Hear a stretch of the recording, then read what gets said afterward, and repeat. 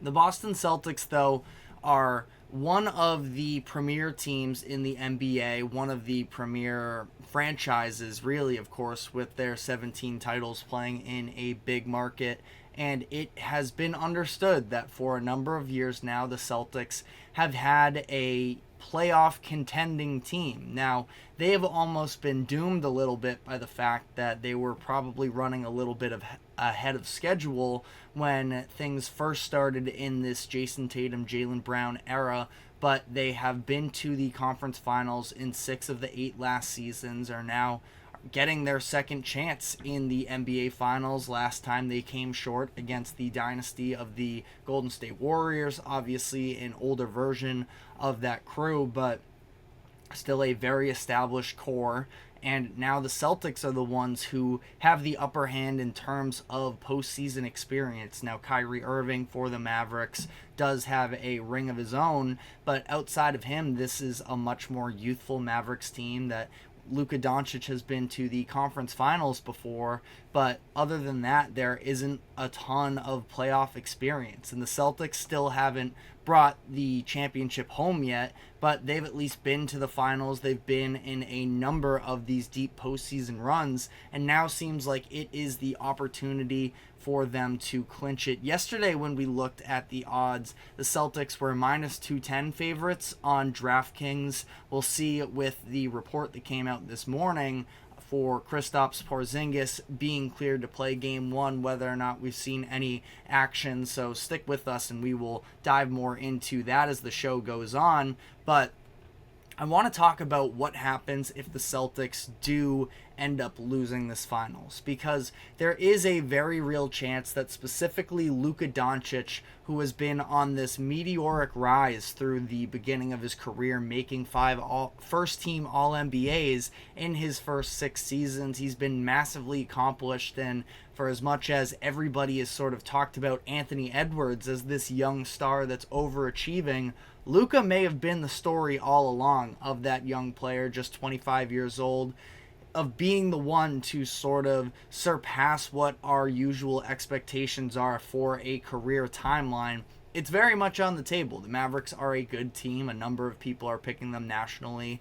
I don't have my official pick out yet, but I am definitely leaning with the Celtics in this series. So I want to talk about what is going to happen to the Celtics if they end up losing this finals. And obviously, the number one thing that is going to take place, the storyline that will be on ESPN the day after, is Jayson Tatum and how he may not be good enough. And, you know, we'll still have to see sort of if they were to lose, again, talking hypothetically here, but depending on how he plays, more likely than not, he is going to be the main culprit in the eyes of a lot of media companies as to why the Celtics didn't win. And I want to sort of dive into Tatum because he has already been getting killed for the postseason run that the Celtics have had so far, despite the fact that what he is doing is on a pretty significant historical level.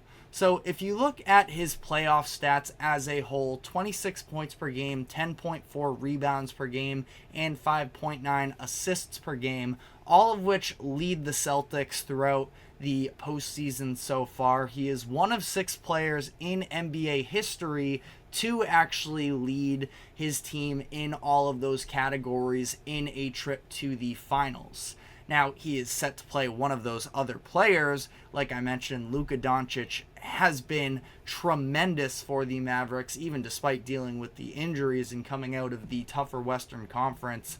But again, 6 players to ever do this. It's Tatum and Luka, and then it is LeBron James, Nikola Jokic, Tim Duncan, and Jason Kidd, all Hall of Famers there. Tatum is also one of 5 players in the last 50 years to average 25 points per game, 10 rebounds per game, and 5 assists per game leading into an NBA Finals. Him, LeBron once again, Giannis Antetokounmpo, Nikola Jokic, and Larry Bird. So just a couple sort of groupings of statistics. I know that those are, you know, typically known as Sports Center stats where they can be cherry-picked at times, but at least when you look at the group of company that he's in, every one of those makes sense. For the most part, I was definitely surprised to see that Kidd led his team in rebounding in 2002, I believe the season was that he did so. But, the point being, Tatum is in some elite company in more than one ways. And on that note as well, he has scored 2,600 points in the postseason throughout his career already. In terms of players to score the most amount of playoff points before turning 27 years old, Jayson Tatum is second all-time, only behind Kobe Bryant, who scored 2,694. Meaning Tatum needs just 94 points in this finals to become the all-time postseason leading scorer before 27 years old. And listen, I know 27 is a little bit of a strange cutoff, but Tatum is 26 right now. He is far ahead of schedule right now. Luka's also sort of on that career trajectory as well. He has this playoffs and next as well, so Tatum could end up passing, or Doncic could end up passing Tatum in that same category. But again, Luka is a generational talent, and Tatum, he has been in the postseason every year in his career, and there's this narrative that sort of surrounds him about him being drafted into a super team that I don't want to dive into. As a Celtics fan, I lived it, and I definitely would not say that the Celtics were a super team by any means through the first handful of years. Maybe a failed super team, but not at his fault, and there were a lot of flaws in all of those rosters, and Tatum has just been the epitome of reliable for the Celtics all the way through, is yet to miss a playoff game, which, listen, we know the NBA playoffs in comparison to the other postseasons in American sports.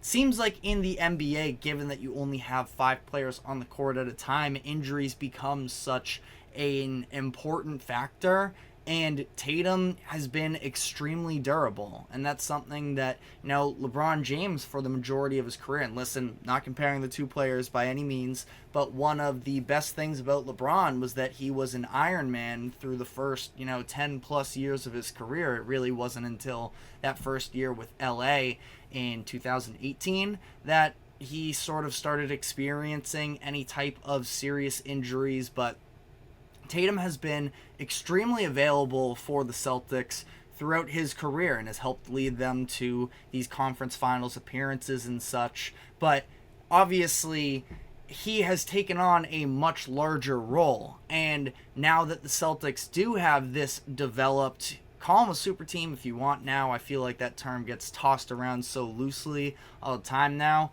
But, the Celtics have tons more talent surrounding them, to the point where when you look at comparison of 2022, when they made the finals then, to this year, we have seen a massive difference in the role that Tatum has been asked, where in 2022, he was being asked a lot to sort of put the team on his back and carry them all the way throughout. And we saw, especially by the end of that conference finals, I think against Miami, and then into the finals, Tatum was gassed. And listen, at that point, Tatum was, I don't know, if I can try and remember off the top of my head, maybe 24 years old during that postseason run. It was his age 23 season, may have turned 24 by the time the finals came around. But, that is a lot to ask of a 23-year-old. Now, you're still young, so you understand that you should have the legs under you.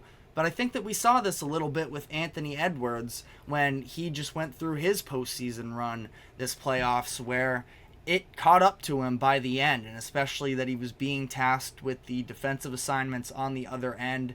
It's as much as you would think that the younger players would benefit more from it, it's a little bit of that wake-up call of what it feels like to truly be in a deep playoff run. And I think that Tatum, in comparison to 2022, is now elevating his game, you could say peaking at the right time through this postseason, where granted, also you look at the team they played Indiana, where it was very easy for not just the Celtics in the Eastern Conference Finals, but teams all season long to get to the paint against the Pacers. But even still, we saw Tatum have his most efficient series of the postseason so far. The big thing with him right now, because I don't think that he really has a flaw in his game, but the three-point shooting is something that is definitely looked at because he chooses to shoot as many threes as he does. And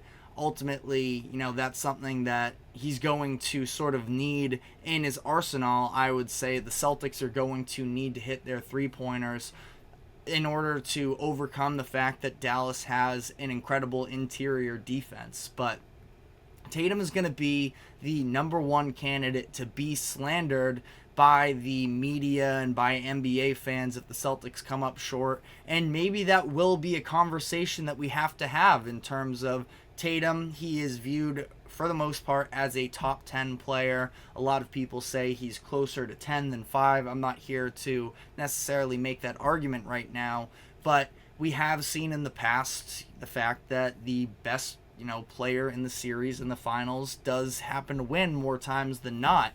But Luka should be the best player in the final series coming up. So for Tatum, it's going to be definitely a point of contention for him to make sure that he capitalizes, and it won't all fall on him, but he is obviously going to be the number one person that is pointed to. So ultimately, this whole conversation surrounding the Boston Celtics and what happens to them if they lose in the finals, I bring up all this backstory behind Jayson Tatum because he's accomplished a ton already, and the Celtics are on a good path considering Tatum isn't even 27 years old yet, and he's their best player, and they've made the finals in 2 of the past 3 seasons.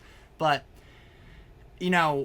there are going to be people who will be critical of them, and I'm not saying completely for unjustified reasons, but that's where when you look at the Celtics salary cap and the amount of talent that they have locked up under contract for the next handful of years, through 2024-25, they have their top, call it 7 rotational players already under contract in Tatum, Brown, Drew, Derek White, Al Horford, Kristaps Porzingis, even Peyton Pritchard. So they have a great core that is going to last them at least the next couple years, and I don't think that the Celtics should look to shake anything up, but that is obviously going to be a massive question mark surrounding the Celtics if they do end up coming short. But again, we have some time to get to before the Celtics even play their first game, let alone potentially lose the series. So just wanted to sort of talk on some of the media questions surrounding the Celtics team, but we are going to be moving on to the Dallas side of this, and I want to talk about Kyrie Irving and the history that he has with the Boston Celtics. Of course, used to be on the team, the timeline and order of events that took place to make Kyrie a villain in the eyes of a lot of Celtics fans, how that's going to play out in this finals, and what is sort of at stake for Kyrie Irving as well. So we are going to dive into all of that, but first, taking a quick break. We will be right back.